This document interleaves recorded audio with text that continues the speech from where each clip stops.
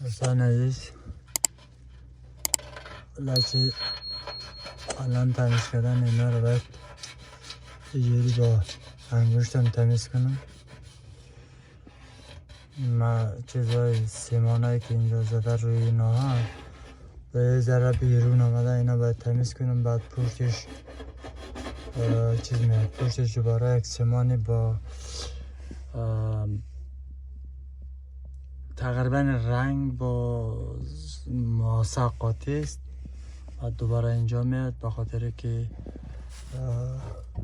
در آینده زیاد خراب نشونه. اون رنگ خیلی دیوار میگیره، بعد اینا رو میگیره، نم میگیره، همه چی رو میگیره. برای سرد و گرم شدن اینا میگیره. ولی اینجا میگه همکارم داره پایین کارونه، سنگکاری نه سنگکاری خانه ها قدیمیه با سنگ کار شده، سنگایش خراب شده، باید اینا رو دوباره جور کنه.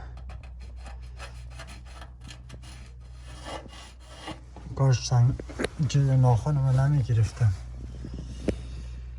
این راحت تر بدنم دستم و اذیت میشه.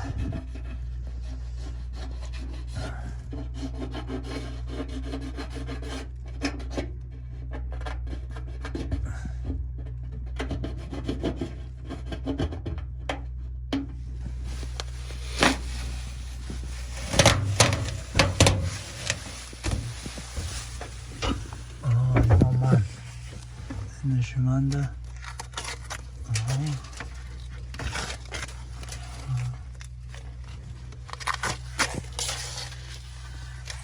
نشونده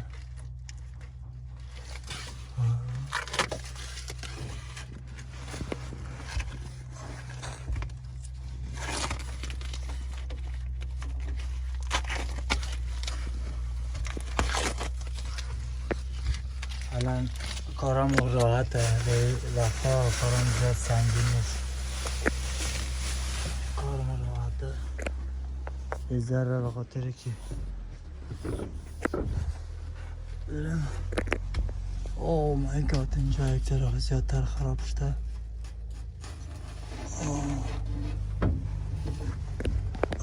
اینجا زیاد ثانی ها اینا باید بیرونش تمیز کنم. بارم مگه با کمچه تمیز نکن یا با کارتک اینا مگه تمیز نکن، به خاطر که اینا چیز میشه، خط مخوره. اینقدر دقیق کار مونه که میگه باید خط نباید بخوره این آهن. اگر نه این آهن چیر نیست، این آهن فقط اینجوری گذاشته که آب نره داخل. از زمانی که اینجا باران شدید میباره بعد نره آب اینجا نره تو دیوار نره و دیوارم که خراب نشونه، در مرور زمان زود خراب نشونه. خاطر اون برای اینقدر دقیق کار میکنه که این باید نباید خط بخوره.